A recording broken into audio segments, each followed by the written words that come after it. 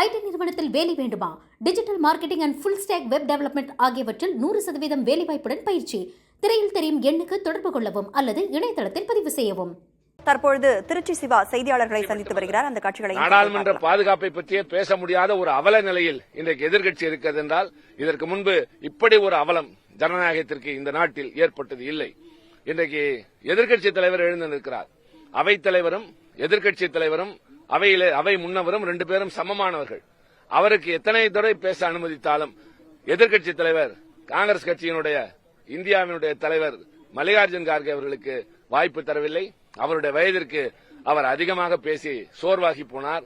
நாங்கள் நேற்றிலிருந்து குரல் எழுப்பி மயக்கம் வருகிற நிலைக்கு ஆளானோம். ஆனால் அப்பொழுதும் எங்கள் பக்கம் கூட திரும்பி பார்ப்பதில்லை. வேறு வழி இல்லாமல் இன்றைக்கு எதிர்க்கட்சி தலைவர் மல்லிகார்ஜுன் கார்கே தலைமையில் நாங்கள் வெளிநடப்பு செய்து வந்திருக்கிறோம். ஊராருக்கும் நாட்டு மக்களுக்கும் நாங்கள் வேறு எப்படி தெரியப்படுத்துவது? அவர்கள் பலப்புகின்ற அவதூறான தவறான சித்தரிக்கப்படுகின்ற கருத்துக்கள் தான் போய்க் கொண்டிருக்கிறது. உங்களுடைய இந்த ஊடகங்களின் மூலமாக மக்களுக்கு தெரியப்படுத்துவது, பொறுப்புள்ள எதிர்க்கட்சிகளாக எங்கள் கடமையை ஆற்றுவதற்காக நியாயமாக ஒரு அரசாங்கம் எப்படி செயல்பட வேண்டும் என்பதற்காக நாங்கள் வலியுறுத்துவதையெல்லாம் புறக்கணித்து, நாடாளுமன்றம் என்பது ஒரு கட்சிக்கு மட்டுமே என்ற ஒரு தவறான திசையில் அழைத்துச் சென்று எங்கள் குரல் வலை நெரிக்கப்படுகின்றது. போராடுகிறோம். வேறு எந்த காரணத்திற்காகவும் அல்ல, ஜனநாயகத்தை காப்பதற்காக. இந்த நாடு என்றைக்கும் உலக அளவிலே உயர்ந்து நிற்க வேண்டும் என்பதற்காக. இதுதான் எங்களுடைய நிலைமை. நாங்கள் இங்கே அவமானப்படுத்தப்படுகிறோம். பேச அனுமதிக்கப்படுவதில்லை, உரிமைகள் இல்லை. ஆனால் எங்களை பற்றி இல்லாது பொல்லாதெல்லாம் பேசுகிறார்கள். எனவே தீர்ப்பு மக்கள் கையில். வரவிருக்கின்ற தேர்தல் மட்டுமல்ல, வரவிருக்கின்ற நாட்களிலும் மக்கள் தயவு செய்து இந்த அரசாங்கத்தினுடைய ஆணவ போக்கினை, எதேச்சை அதிகார போக்கினை, நாடாளுமன்றமே இப்படி முடக்கி வைக்கப்பட்டிருக்கிறதை தயவு செய்து உணர்ந்து நாட்டை காப்பாற்ற வேண்டிய கடமை அத்தனை பேருக்கும் இருக்கிறது. எதிர்க்கட்சியினுடைய போராட்டத்தை கண்டித்து பாஜக உள்ளுக்குள்ள நின்று கொண்டே கலந்து கொள்ளும் என்றெல்லாம் சொல்கிறார்கள். இது 13ஆம் தேதி நிகழ்வை திசை திருப்பக்கூடிய ஒரு தொடர் முயற்சி. அவர்களுடைய பல முயற்சிகள் இது ஒன்று.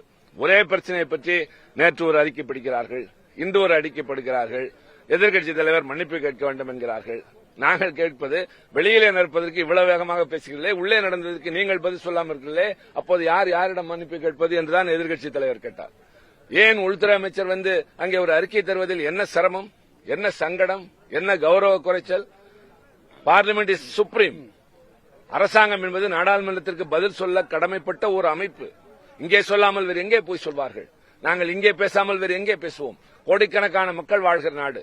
இந்த அவையில் பேசுவது எல்லோருக்கும் சென்று சேரும். எவ்வளவு கூட்டம் போட்டாலும், எத்தனை பேருக்கு முன்னால் பேசினாலும் அது சேராது. ஆக நாடாளுமன்றத்தில் நாங்கள் பேச முடியவில்லை, உரிமை இல்லை, அனுமதி இல்லை. ஆனால் ஆளுங்கட்சி நினைத்ததையெல்லாம் செய்கிறது. எங்கே போகிறது நம் நாடும் ஜனநாயகம்? வெள்ள நிவாரணத்தை பொறுத்தளவு தமிழ்நாடு அரசு ஏற்கனவே முன்பணமாக ஒரு 7000 கோடி சென்னை மழைக்கு கேட்டிருந்தது. இப்ப தென் மாநிலத்துக்கு 2000 கோடி கேட்டிருக்காங்க. ஆனா ஆண்டுதோறும் கிடைக்கக்கூட அந்த 450 தாண்டி இதுவரை ஒரு பைசா கூட வரவில்லையே. அந்த 490 மட்டும்தான் தந்திருக்கிறார்கள். மற்றபடி எதுவுமே தரவில்லை. அதைத்தான் சொன்னேன். குஜராத்தில் ஏதாவது ஒன்றால் அள்ளி கொண்டு போய் 1000 கோடியை தர முடிந்த இந்த அரசாங்கத்தால் ஏன் தமிழ்நாட்டிற்கு ஓரவஞ்சனை? தமிழ்நாட்டு மக்கள் தான் இதை புரிந்து கொள்ள வேண்டும். தமிழ்நாடு அரசு வேலை பார்க்கிறது, நிவாரண வேலைகளில் ஈடுபடுகிறது, அதில் இருக்கிற நிதியை செலவழிக்கிறார்கள். ஆனால் ஒன்றிய அரசு எங்களிடமிருந்து வரிப்பணம் வாங்குகிறார்கள். எங்களுடைய பங்கினை தர வேண்டும் என்பதோடு, ஒரு மாநில அரசு இடர்பாட்டில் இருக்கிற போது உதவிக்கரம் நீட்ட வேண்டிய பெரிய கடமை ஒன்றிய அரசுக்கு இருக்கு. அதுதான் கூட்டாட்சி தத்துவத்தினுடைய கோட்பாடு. ஆனால் இவர்கள் தங்களுடைய எதிர்க்கட்சி ஆளுகின்ற மாநிலங்களை எல்லாம் இப்படி வஞ்சிப்பது மற்ற நேரங்களில் இருக்கலாம். மக்கள் வாடி நிற்கிற போது, தேவைகளினால் தடுமாறுகிற போது, ஒரு அரசாங்கம் முனைப்பாக செயல்படுகிற போது உதவி செய்ய அல்லது உறுதுணையாக இருக்க முயலவில்லை என்று சொன்னால் அங்கேயும் அவர்கள் அரசியல் செய்கிறார்கள், பாரபட்சமாக நடந்து கொள்கிறார்கள்.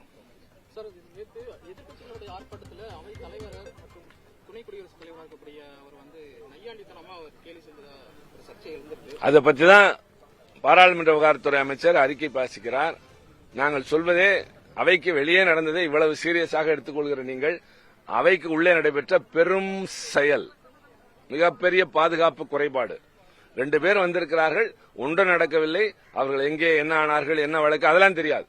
ஒருவேளை வேறு பணியில காரியத்தில் ஈடுபட்டு இருந்தால், நாடாளுமன்ற உறுப்பினர்களுக்கு ஏதாவது நடந்திருந்தால், உலக அளவில் இந்த நாட்டினுடைய ஒரு பிம்பம் எந்த அளவிற்கு சிதைந்து போயிருக்கும் என்பதை எண்ணி பாருங்கள். ஆக அவர்கள் தங்கள் கடமையை புறக்கணித்து அதை திசை திருப்புவதற்காக இதுபோன்ற நடவடிக்கையில் ஈடுபடுகிறார்கள்.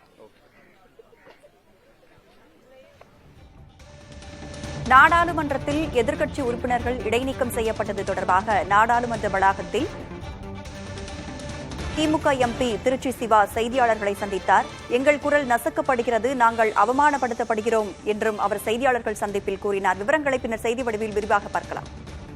ஐடி நிறுவனத்தில் வேலை வேண்டுமா? Digital marketing and full stack web development ஆகியவற்றில் 100% வேலைவாய்ப்புடன் பயிற்சி. திரையில் தெரியும் எண்ணுக்கு தொடர்பு கொள்ளவும் அல்லது இணையதளத்தில் பதிவு செய்யவும்.